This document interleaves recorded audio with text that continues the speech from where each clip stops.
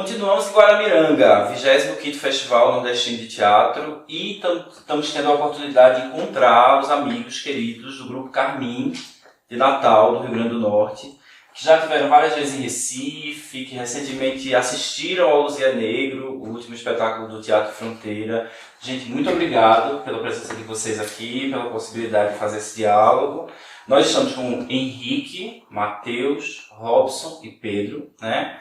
E eu queria começar, assim, são muitas possibilidades de abrir diálogo com vocês, né? Mas o grupo surgiu em 2007, com o experimento a partir da Alma Boa de Setsuan, não é isso? Na verdade, assim, o experimento veio como conclusão de curso de Quitéria logo depois, certo. Mas a gente começou mesmo com o Pobres de Marré, que foi o nosso primeiro espetáculo, né, de estreia, que era uma pesquisa que surgiu das ruas, né, como depois toda a dramaturgia que a gente fez, acho que vem bem desse chamado das ruas, ou pelo menos do cotidiano.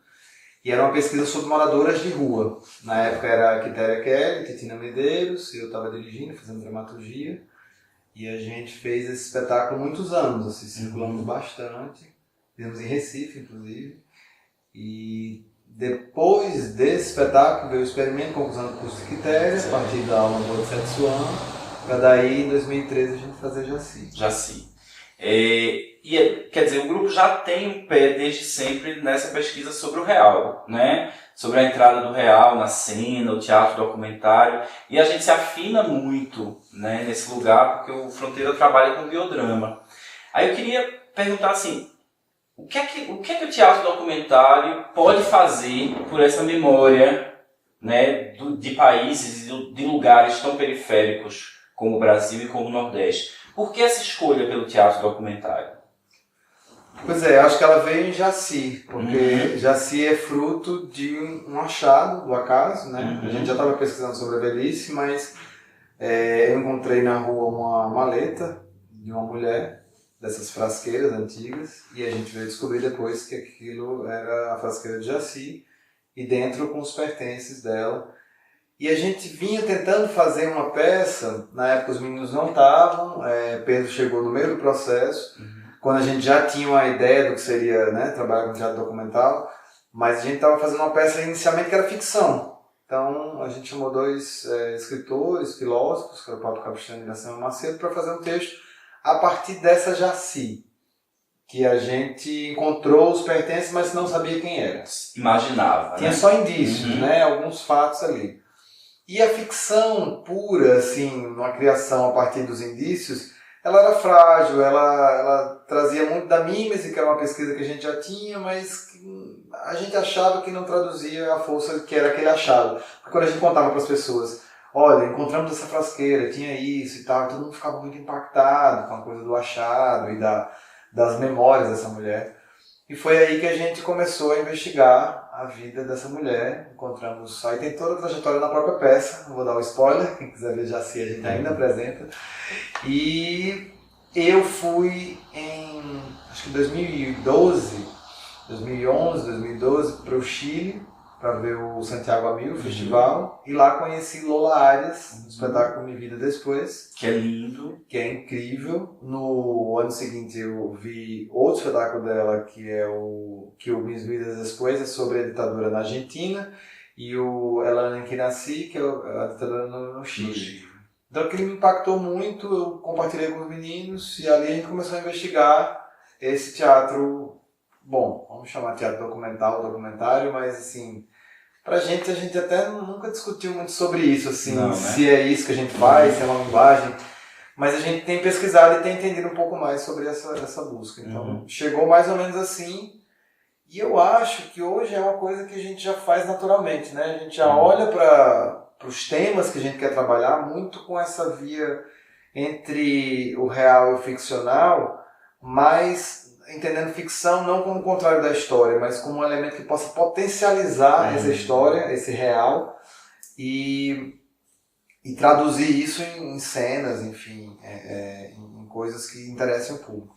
Porque no Jaci, por exemplo, a história de Jaci é mais do que a história da figura Jaci, é a história de Natal, é a história da mulher no Brasil, né, num determinado período do Brasil, né?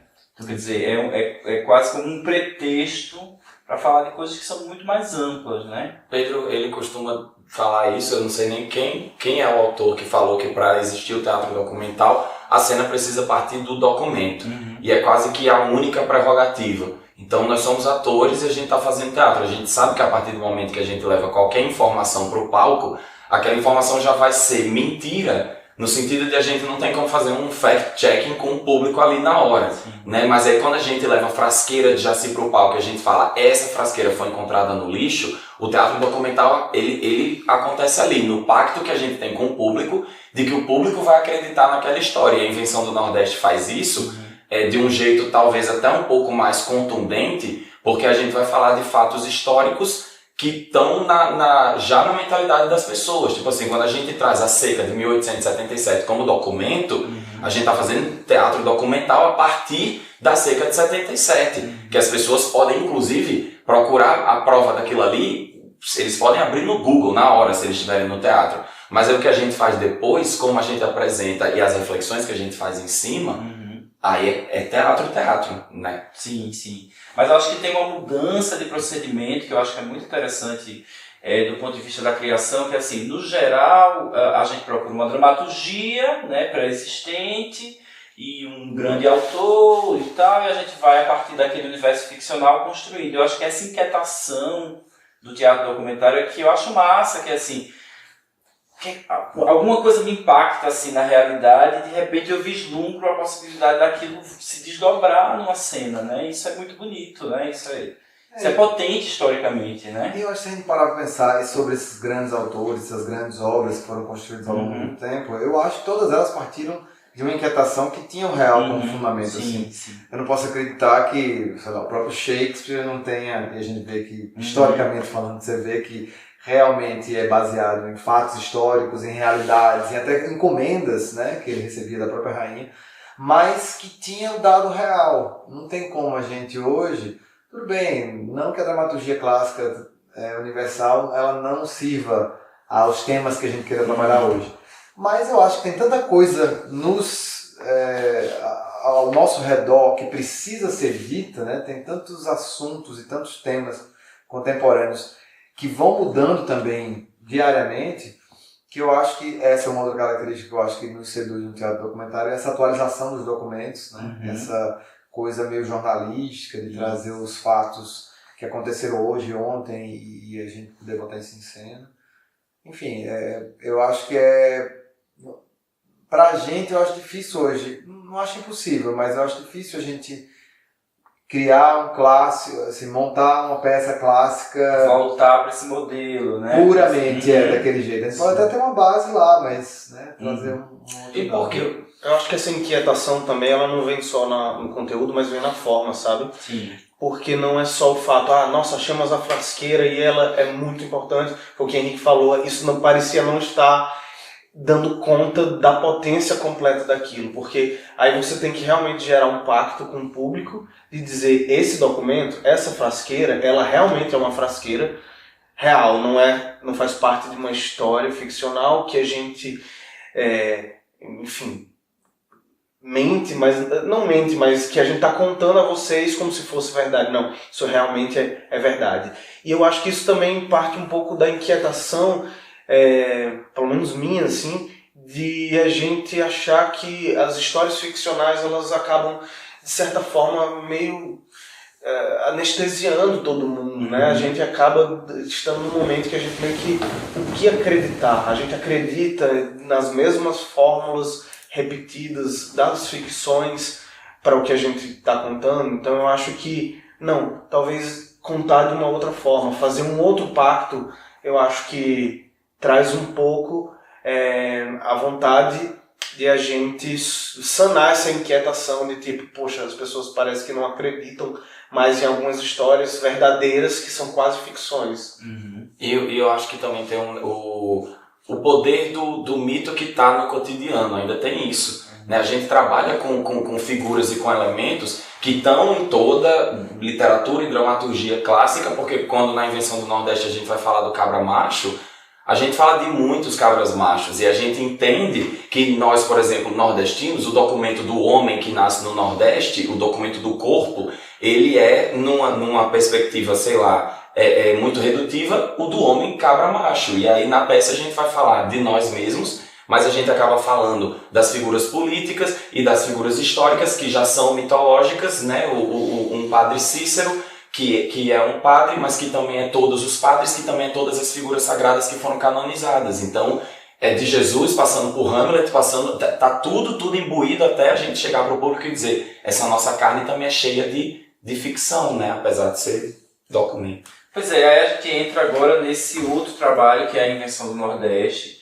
que curiosamente nasce a partir de um estudo sociológico, antropológico. Vê como o teatro documentário é cheio de possibilidades, né? Você pega um estudo que está lá na estante de uma biblioteca universitária e vai transformar numa peça. E esse espetáculo, ele tem tantas camadas assim, né, de discussão sobre essa construção do que é o Nordeste, assim, que eu queria começar perguntando para Robson, assim, do ponto de vista do ator, que ali é você, Sim. né, um ator nordestino, e ali são todos os atores nordestinos que já passaram por esse lugar, né, de ter que reproduzir esse estereótipo, desconstruir em si mesmo esse estereótipo. Como é que foi para você, em termos de descoberta, viver esse processo assim da invenção? Olha, foi uma experiência muito, para mim pelo menos, né, enquanto artista, acho que para Matheus também, que foi, né, a primeira peça da gente também com o grupo, primeira peça da gente juntos, né? Primeira peça profissional. Profissional da gente também, assim, acho que foi uma experiência que vai ficar muito marcada, né, pra gente começar discutindo sobre um tema que é esse, né, que fala muito e abre muitos lugares pra gente, né, pra muita reflexão pra gente mesmo. E eu sempre falo um negócio do lugar que eu nasci, as meninas até brincam, né, porque dizem, você fala muito desse lugar que você vê. E eu vim de um lugar muito pequeno, de um lugar que me colocava, né, tipo assim, eu queria conseguir extrapolar essas fronteiras, sabe, conseguir ir além. E eu acho que quando eu chego em Natal, quando eu conheço os meninos, né, ter a oportunidade de trocar com eles, né, os meninos já têm uma experiência e tal, e ter a oportunidade de fazer um trabalho que nem esse que eu fiz, que me deixa num lugar, assim, de pensar, sabe? Eu tava em um teatro que eu fazia que era totalmente diferente desse, e agora, com essa troca, eu consigo talvez entender um pouco melhor sobre esse lugar que a gente ocupa no teatro. Eu acho que é isso que deixa mais forte dessa peça pra mim, assim, eu acho que foi isso, assim, tentar entender em que lugar eu tô no meio disso tudo, assim. E é um cabra macho autêntico, janduiense, sertanejo.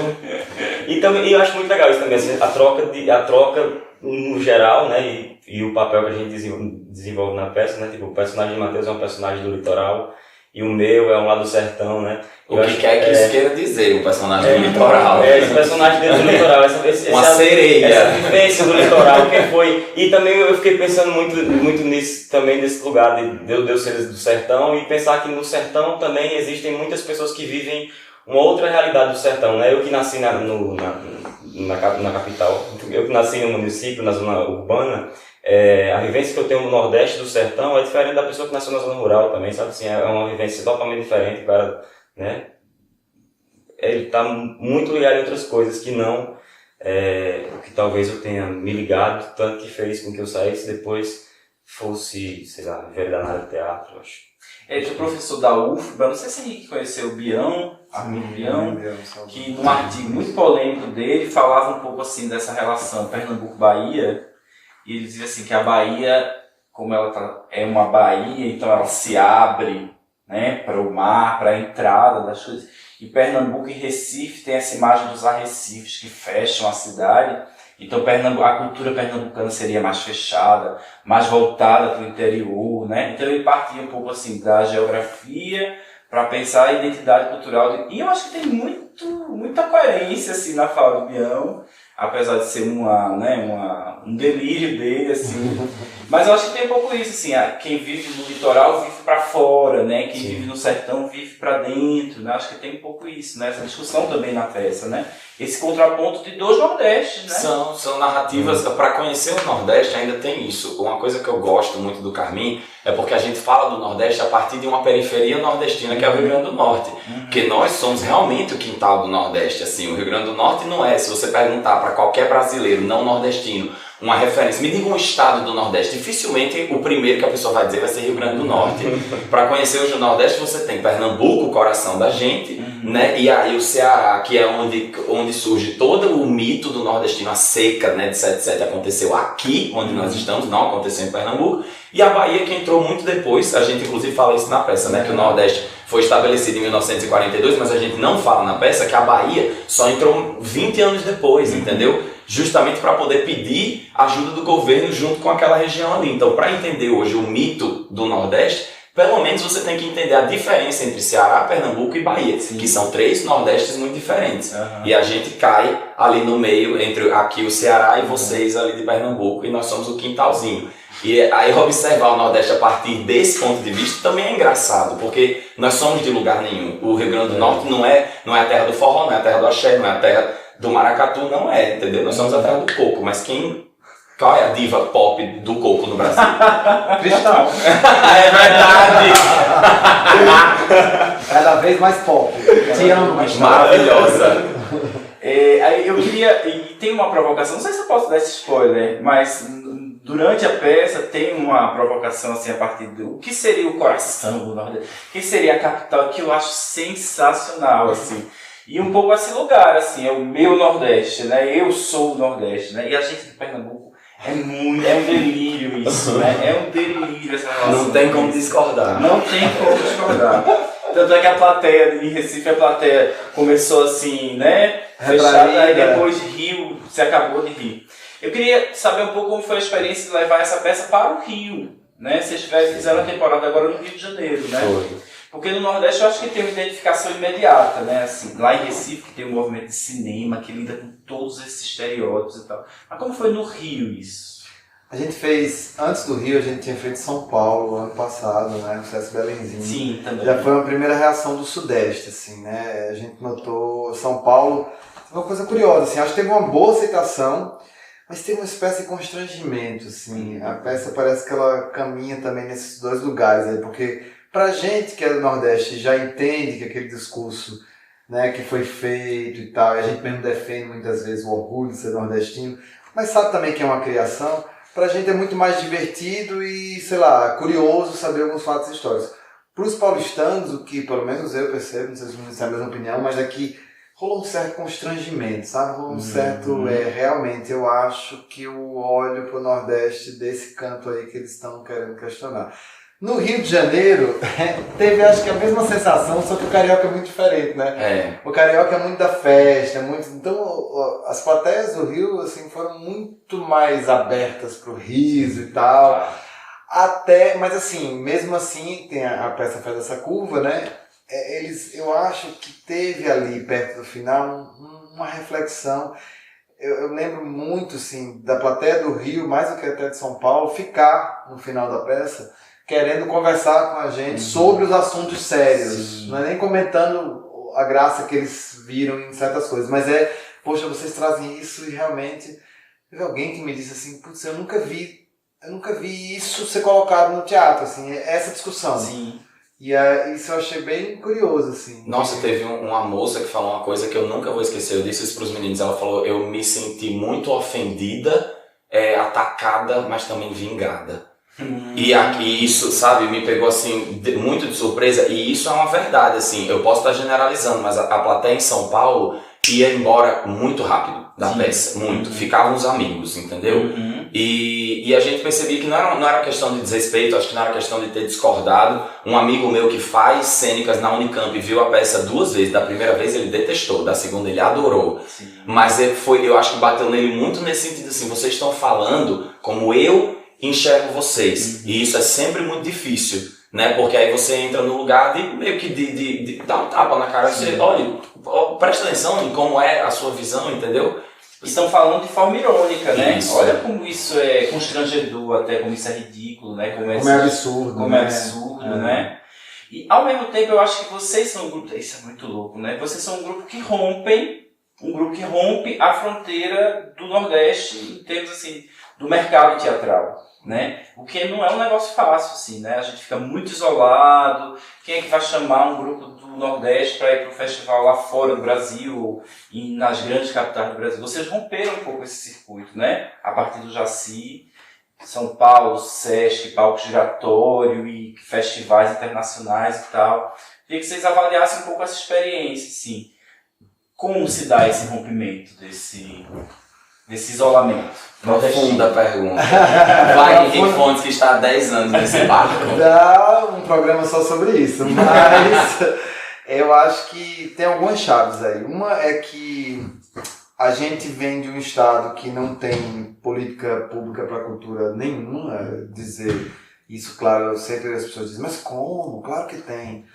Se você for olhar com cuidado, realmente a política que tem para lá não é uma política de fomento, não é uma política que pensa na formação e na continuidade, na difusão.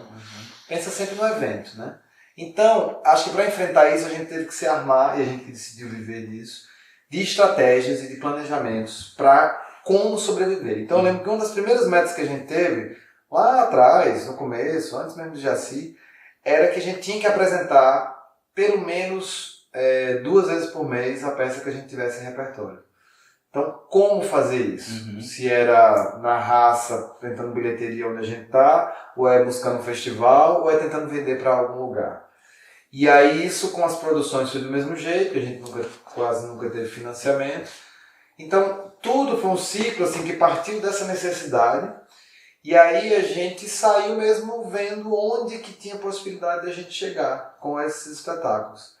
E muito investimento do próprio bolso, muita batida na porta, assim, o pessoal fala hoje, nossa, vocês são os queridinhos do SESC São Paulo, não sei o quê.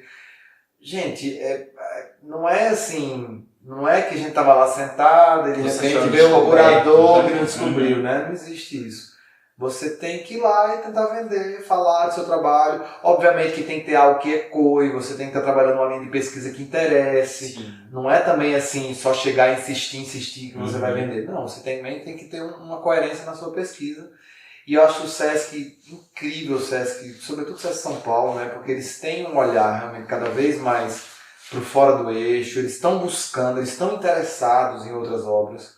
E eu acho que a gente conseguiu entrar por aí. E vem tentando, assim, é da mesma forma. Eu acho que o trabalho hoje não diminuiu nem um pouco e nem está nem muito mais fácil. Assim, a gente está continuando essa coisa de oferecer para novos mercados, para novos... É entender que se você não estruturar, sabe, curto, médio e longo prazo, você não tem vida enquanto artista mesmo nesse país, não. Até porque, né, gente, na situação que a gente vive, né, de completa incerteza, não sei quando esse programa vai pro ar, mas pode ser que nós estejamos, inclusive, em estado de sítio agora. Vamos torcer para que não. Não, eu acho que eu concordo com isso plenamente com o que o Henrique está falando. Eu ainda acrescentaria que tem esse desafio interno de um grupo num estado onde as políticas públicas são muito difíceis, de a gente escolher sair da zona de conforto e se dedicar quase que integralmente, 100% do tempo, na verdade integralmente às artes, né? Às vezes com linguagens diferentes, mas às vezes dentro de uma administração pública ou privada, mas em cultura e em arte. Mas eu acho que também tem uma chave, como o Henrique falou, tem a chave organizacional, tem uma chave estética, que talvez tenha feito com que a gente tivesse, enfim, recepções diferentes lá fora, e uma delas a nosso favor. Eu acho que o Rio Grande do Norte começa a achar, né, assim, até fazendo a inversão do Nordeste, que nós somos um dos estados que, de certa forma, menos fala sobre sua própria identidade, e essa é a nossa identidade, de ser, de certa forma, um pouco mais aberto. E aí tem hipóteses de que isso tem a ver com a Segunda Guerra, abertura para, né, o outro continente, a cultura americana. Ao mesmo tempo que eu não sei se a gente sabia disso quando a gente estava fazendo Jaci, mas a nossa circulação de Jaci, que, como o Henrique falou, que foi super importante pelo palco giratório, com o Sesc e tal, a gente começa a receber o retorno do que a gente estava fazendo. Eu me lembro de um que eu nunca vou esquecer, que quando nós fomos para o Rio Grande do Sul, né, acho que curiosamente para o outro extremo, a gente recebeu um elogio, era de fato um elogio assim, muito caro pra gente, mas era um elogio que não estava percebendo também, sabe, aquela coisa meio ela ofensa, assim, nossa, vocês fazem teatro que não parece que é nordestino. Nossa. Aí a gente, como assim? E eu acho que isso começou, de certa forma, um processo inconsciente nosso de pensar o que era teatro nordestino até chegar à invenção do Nordeste, né? E assim, a forma com que eu acho que o grupo pensa, com que nós pensamos, é que o teatro nordestino parece que só faz, não só o teatro, as artes nordestinas, o pensamento nordestino, parece que é um só, que usa a estética regionalista. E não é só isso, ela é uma estética possível, mas ela não é a única estética. Por que nós, que vivemos, por exemplo, no litoral, nós temos que falar somente dos temas que estão inseridos na estética regionalista, que parece que exclui tudo isso? Urbanização, litoral, tecnologia, né? Então eu acho que isso talvez tenha sido uma das chaves que fez com que o grupo tivesse uma entrada em outros lugares. Mas eu não consigo deixar de pensar que isso é um incômodo que está acontecendo em todos os grupos. Porque quando vocês fazem Let It Go num palco de um ator nordestino negro e vocês trazem uma referência disneyesca para o meio do palco, é isso, entendeu? E incomoda, inclusive, o próprio nordestino, que acha estranho aquilo ali, porque não é nosso lugar. Tá trazendo as referências com as quais nós lidamos todos os dias. Porque quando a gente vai dizer para as pessoas que, tipo assim, que Té sempre faz questão de dizer isso. Gente, eu nunca andei em cima de um jumento. Eu nunca, sabe, quebrei uma palma para tomar água de um cacto. Eu não sei como fazer isso. Mas, às vezes, essa é a expectativa que nós temos que atender como artistas. E isso é uma expectativa que, às vezes, está nas nossas costas, colocada pela nossa própria região, não pelo resto do Brasil. Eu queria aproveitar para perguntar, já que vocês falaram muito desse braço de produção, né, de como se organizar, ter um planejamento, um projeto é determinante para romper esse isolamento, né? Eu queria que vocês falassem rapidamente um pouco da manutenção do espaço, né? Vocês têm um espaço, como é que está isso? Não tem espaço. É porque as pessoas confundem, né? Eu sou da Casa da Ribeira e do Carminha, e todo mundo acha que o Carminha... A Casa da Ribeira é... Mas não, a gente ensaia em lugares que a gente aluga. A gente tem o máximo que a gente tem de lugar alugado permanente é a garagem na casa de Rosa. Para guardar o material, tem uma garagem extra que a gente aluga. A sede é lá. Mas isso, a gente já teve um espaço. A gente já teve. A gente viu que não valia a pena ter, de acordo com essa organização que a gente pensou para o grupo. Sim. E até porque é isso, assim, a gente fica muito pouco em Natal também, assim. A gente agora, talvez o novo desafio seja... A gente fica muito pouco em Natal. E eu vou dizer isso, assim, eu adoro, já falei isso mais de uma vez, eu adoraria fazer uma temporada, por exemplo, de 4, 6 meses de Natal, adoraria fazer isso, mas a gente não consegue, a gente não tem, a grana não dá, entendeu? Então a gente tem que sair circulando, assim, não é... Hoje, pra gente viajar, claro, todo mundo tem essa glamorização da gente vocês estão agora aqui, daqui a pouco vocês vão pra Santos, daqui a pouco vocês vão não sei pra onde, no Rio de Janeiro. Gente, é porque a gente tá indo vender o trabalho, porque senão a gente não trabalha. Então, realmente, ter uma sede fixa, do tamanho, né, uma proporção pra gente ensaiar e tudo, seria uma perda de dinheiro, porque a gente agora, o nosso próximo desafio é ver como a gente consegue montar na estrada. A gente tem conseguido fazer reuniões e tal, mas fazer a montagem em deslocamento, isso é rolê. Às vezes... A invenção do Nordeste começou no Sesc Pinheiros. A gente tinha que se encontrava, apresentava, fez temporada, mas também se juntava. Às vezes a gente passava a tarde pensando em invenção para à noite apresentar Jaci. Isso aconteceu, entendeu? E é ralação, não é bonito, não é glamuroso, não é ideal, ainda tem isso. Não é ideal, não é o que a gente queria estar fazendo. Mas hoje o nosso grupo é assim, tem lugares por onde a gente passou, ainda tem isso. É uma sinuca de bico. Pô, vocês abriram muitas portas, só que onde a gente abriu portas, não vão querer mais Jaci em Invenção Nordeste. A gente tem que levar coisa nova. Como é que a gente leva coisa nova? Montando peça nova. Só como monta peça nova se a gente tá viajando com as outras duas? Eu acho que tem uma coisa muito louca, os circuitos, assim. Vocês estão no fluxo migratório também, quer dizer, vocês não saíram de Natal, mas para sobreviver vocês precisam estar fora de Natal. Né? É muito louco isso, como isso volta como reflexão na invenção, né? Mas a verdade é um pouco essa, a gente do Fronteira está nesse momento também, quando a gente faz 20 apresentações em Recife, a gente se olha e diz, não tem mais público. Eu digo, gente, como?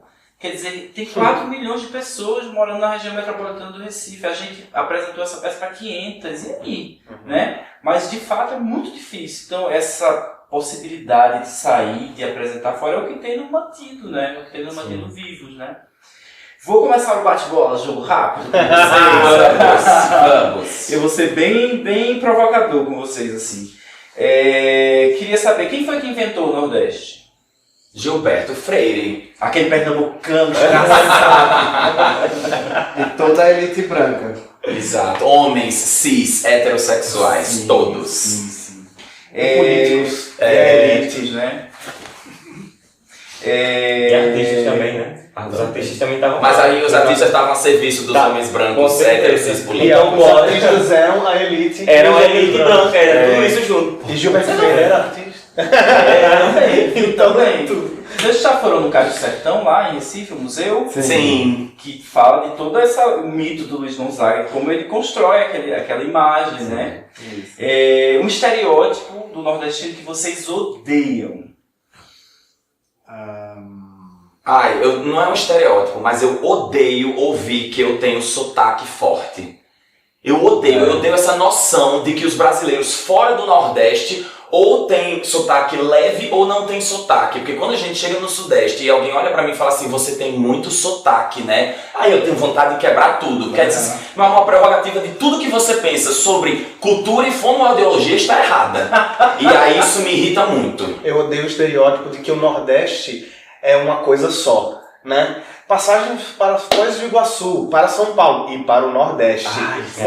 Mas para o Nordeste? Sim. Eu odeio esse Porque estereótipo. você pode ir de Minas a Salvador ou de Minas a Natal e às vezes o preço do pacote é muito parecido, porque afinal de contas você está indo para o país Nordeste. Né?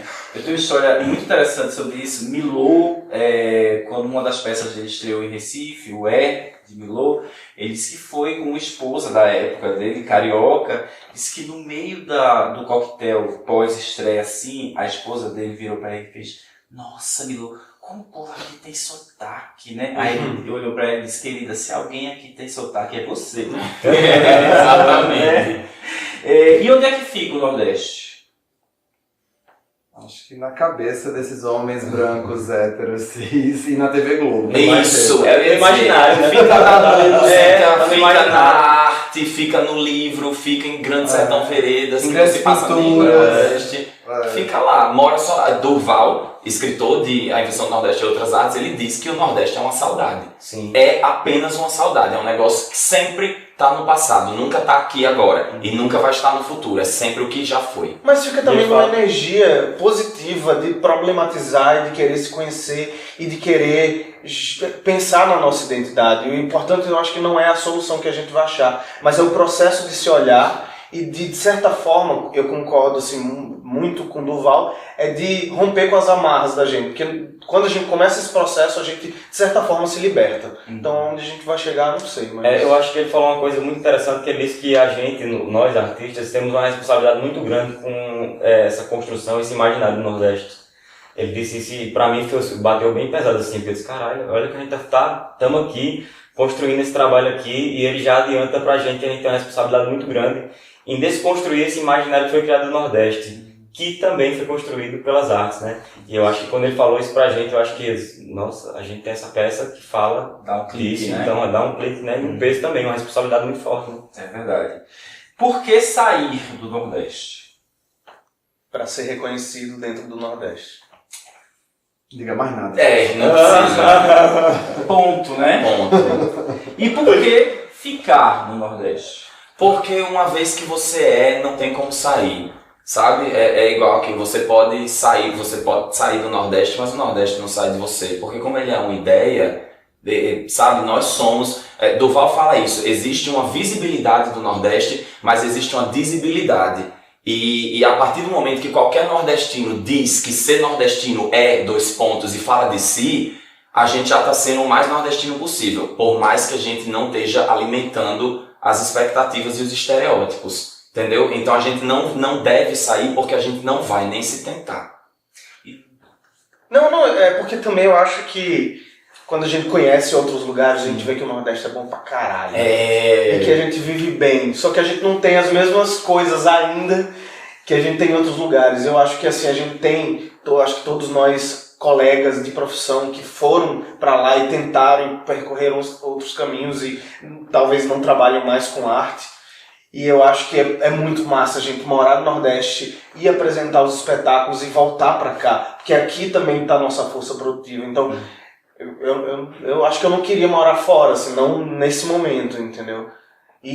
Bom, talvez morar com todos os privilégios que a gente tem, né? Que isso é foda, todos os direitos que a gente tem. E eu acho que pra mim é um discurso político, é um posicionamento político também ficar, sabe? É um atestado de resistência, assim. E assim, de que não aceito certas atitudes, não aceito mais de 50 anos de coronelismo no meu estado, no estado que eu escolhi para viver, na minha cidade, entendeu? Assim, eu não aceito, assim, eu tô querendo continuar combatendo isso lá, sabe? Talvez ficar, pra mim, é isso, é um marco de resistência.